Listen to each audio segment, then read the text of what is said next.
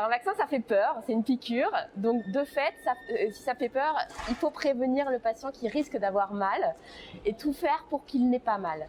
Donc il faut le prévenir, lui dire c'est possible que tu aies mal, si c'est un enfant, c'est possible que vous ayez mal, mais je vais faire tout pour que ce soit le moins douloureux possible. Ça dépend de l'âge du patient. Pour les tout petits de moins de 3 mois, on peut leur faire téter de l'eau sucrée avant, 2 minutes avant le geste vaccinal, et puis il faut qu'ils continuent à téter pendant le geste vaccinal, c'est efficace.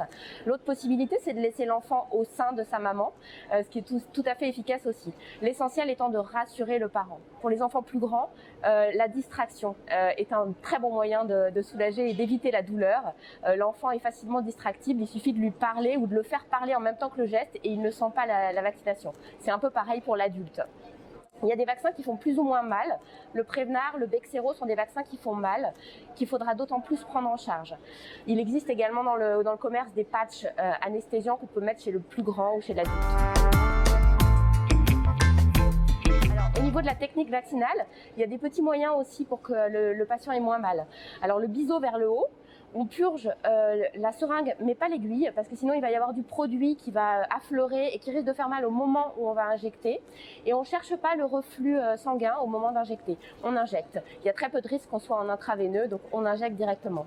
Voilà.